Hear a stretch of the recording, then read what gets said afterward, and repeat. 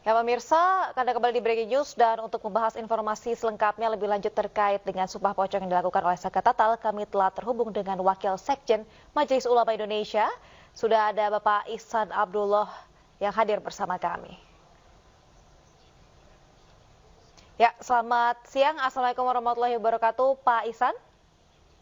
Assalamualaikum, Pak. Baik, Pak. Bagaimana Pak kabarnya? Sehat ya, Pak ya?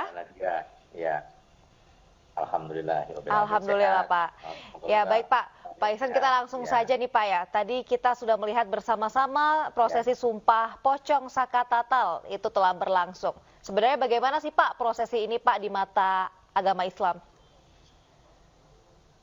Ya, tentu sebelum konteks perspektif Islam, tentu kita sampaikan dulu bahwa ini kan sebetulnya bentuk keputusasaan ya dari masyarakat bagaimana menembus dinding-dinding keadilan yang sedemikian rupa sehingga masyarakat mendekati frustasi.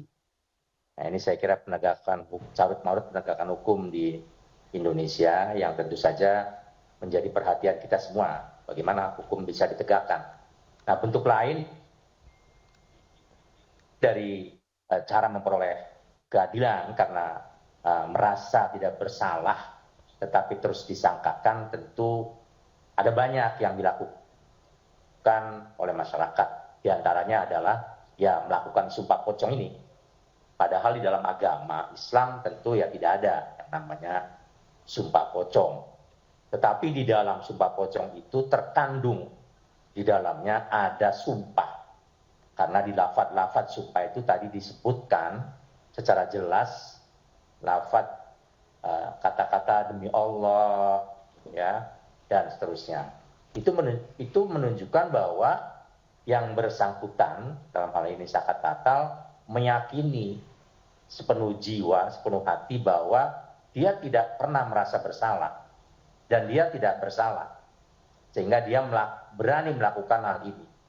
Nah, ini saya kira tradisi yang ada di Jawa ya, hampir dari Cirebon sampai Jawa Timur itu mereka yang dituduhkan melakukan sesuatu dan dia tidak merasa melakukan itu, ya kemudian dia mengambil positioning dengan sumpah pocong. Ini artinya menegaskan bahwa secara lahir batin diyakini betul bahwa yang bersangkutan tidak bersalah, tidak melakukan apa yang dituduhkan. Nah, ini tentu menjadi tanggung jawab penegak hukum, bagaimana hukum bisa dijalankan dengan baik. Jangan sampai hukum kemudian ditinggal dan orang lebih memilih sumpah pocong. Nah, ini kan berbahaya juga, ya. Nah, ya, baik. Jadi kepada pelaku sumpah pocong tentu mengandung akibat secara psikologis ya. Betul. Psikologisnya adalah tadi apabila memang dia benar-benar tidak melakukan, tentu ini adalah jalan keluar terbebas dari perasaan ya psikologis. Tapi kalau dia melakukan lalu dia berpura-pura, nah ini banyak blessing in disguise, faktanya banyak mendapatkan petaka. Saya menggeluti urusan sumpah pocong ini dulu di Jember, ya, di Jember, Jawa Timur. Begitu keluar dari masjid, setelah prosesi sumpah pocong, keluar dari masjid ditabrak mobil. Nah ini salah satu contoh ya, bukan nakutin. Ya, artinya baik. Memang ini mempertaruhkan semua keyakinan, semua kebenaran dan semua yang ada pada dirinya. Jadi tidak main-main apa yang dilakukan oleh Zakat Tatal hari ini. Ya, dengan maksud memberi pesan bahwa dia tidak pernah melakukan apa yang dituduhkan. Nah ini. Ya, betul. Pak Ihsan, jika tadi kita lihat bersama-sama Zakat Tatal ini juga memberikan statement bahwa dirinya ini siap gitu menanggung akibat dari perbuatannya jika memang dia berbohong pada saat melakukan sumpah pocong ini. Bagaimana tanggapan Anda melihat hal tersebut, Pak? Ya, tentu saja tadi saya sampaikan bahwa walaupun secara agama Islam tidak ada yang namanya sumpah pocong, yang ada adalah bersumpah dengan menyebut nama Allah. Tetapi kita lihat tadi bahwa di dalam prosesi disebut di situ sama ya, dengan nama Allah dia bersumpah. Artinya dia sudah yakin bahwa dia tidak melakukan. Dan kalau toh dia tidak benar apa yang dimaksudkan dalam sumpah, tentu ya akan menanggung risiko secara psikologis, secara kejiwaan. Dia akan tidak terbebas seumur hidupnya.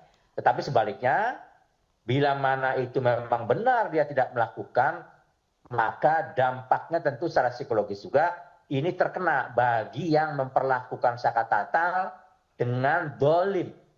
Ya, artinya ini terbebas ya zakat tatal dari azab. Sebaliknya ini yang melakukan, apakah itu aparatus kepolisian ya, hakim, jaksa semuanya, tentu ini menanggung akibat secara psikologis ya. Tidak langsung nyata, tetapi pasti itu akan berdampak kepada psikologis dari para penegak hukum sendiri. Maka pesan moralnya adalah hati-hati dalam melakukan penyidikan dan mentersangkakan seseorang, apalagi mengadili seseorang, sehingga tidak salah atau error in persona, tidak salah orang yang dituduhkan, orang yang disangkakan, dan orang yang diadili, dan orang yang dijatuhi hukuman. Padahal orang itu tidak melakukan apapun. Nah ini bagus banget buat contoh bagi masyarakat, buat ibrah. Artinya ketika dinding-dinding pengadilan tidak mampu ditembus oleh orang-orang kecil yang tidak berdaya, maka dia mengambil jalan sesuai dengan keyakinannya, yang menurut dia adalah sesuai dengan agamanya, padahal itu bukan. Itu adalah tradisi atau budaya yang melekat di masyarakat di Jawa terutama, yaitu sumpah pocong. Baik Pak Ihsan, jika tadi Anda katakan terkait sumpah pocong ini itu tidak ada di dalam Islam. Lalu apakah prosesi ini bisa dikatakan ada melanggar syariat Islamkah atau tidak? Ya, kalau tadi saya katakan lafadznya itu adalah sumpah, dan itu juga ada di dalam agama, yaitu menyebut nama Allah untuk menyatakan bahwa dia tidak bersalah. Itu hal yang diterima di dalam agama untuk meyakinkan. Tetapi prosesi dibungkus dengan kain kafan, ya, lalu dikubur-kuburkan, lalu seperti itu lebih kepada tradisi atau budaya atau kearifan lokal. Baik, berarti ini lebih ke tradisi tentu budaya saja ya ini Pak? Sudah ada sejak dulu ya. Betul. Oke, baik Pak. Lalu bagaimana Pak sebagai Bapak melihat tadi prosesi sumpah pocong yang sudah dilaksanakan atau dilakukan oleh zakat tatal ini? Mungkin apa Bapak harapannya Bapak ke depannya melihat prosesi ini atau melihat apa yang sudah dilalui oleh zakat tatal? Ada yang ingin Bapak sampaikan mungkin? Ya, tentu saja agar masyarakat ini mendapatkan keadilan, mendapatkan perilaku yang adil, perlakuan yang adil, jangan sampai terulang prosesi sumpah pocong ini. Nah, ini menjadi tanggung jawab pemikiran kita semua ya, baik kalangan ulama ya, penegak hukum. Jangan sampai kemudian masyarakat yang selama ini terbebani secara psikologis terus-menerus kemudian mengambil pintas dengan sumpah pocong. Nah, ini kan nggak baik sebenarnya kan? Betul. Nah, itu. Jadi bukan tontonan. Nah, apalagi merembet-merembet seakan-akan ini dilaksanakan di masjid, seakan-akan ini adalah ritual keagamaan. Kan begitu. Nah, jangan sampai nanti ini mengakibatkan salah persepsi masyarakat bahwa seakan-akan sumpah pocong itu menjadi sesuatu yang harus dilakukan ketika orang dituduhkan melakukan sesuatu. Nah, itu padahal tidak.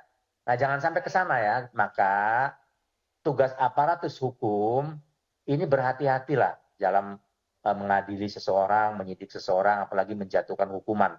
Dan kalau kita lihat, itu kan Peggy sudah divonis bebas pra peradilan. Ya, harusnya dipertimbangkan kepada 8 orang yang disangkakan tadi. Kan itu yang diminta oleh zakat tatal, bahwa dia tidak bersalah dan teman-temannya juga tidak bersalah. Nah, tapi ini kan lagi-lagi persoalan hukum ini pelik ya. Jadi kita juga tidak bisa menjustify bahwa dengan adanya Baik, terima kasih. sumpah. Ya, terima kasih Pak Ihsan Abdullah. Jadi tadi yang saya tangkap memang Sumpah Pocong ini adalah tradisi dan juga yang kedua jangan sampai masyarakat ini harus menempuh jalan seperti ini lagi untuk mencari keadilan. Terima kasih Pak Ihsan Abdullah sudah bergabung bersama kami di Breaking News. Semoga sehat selalu. Sampai jumpa Pak.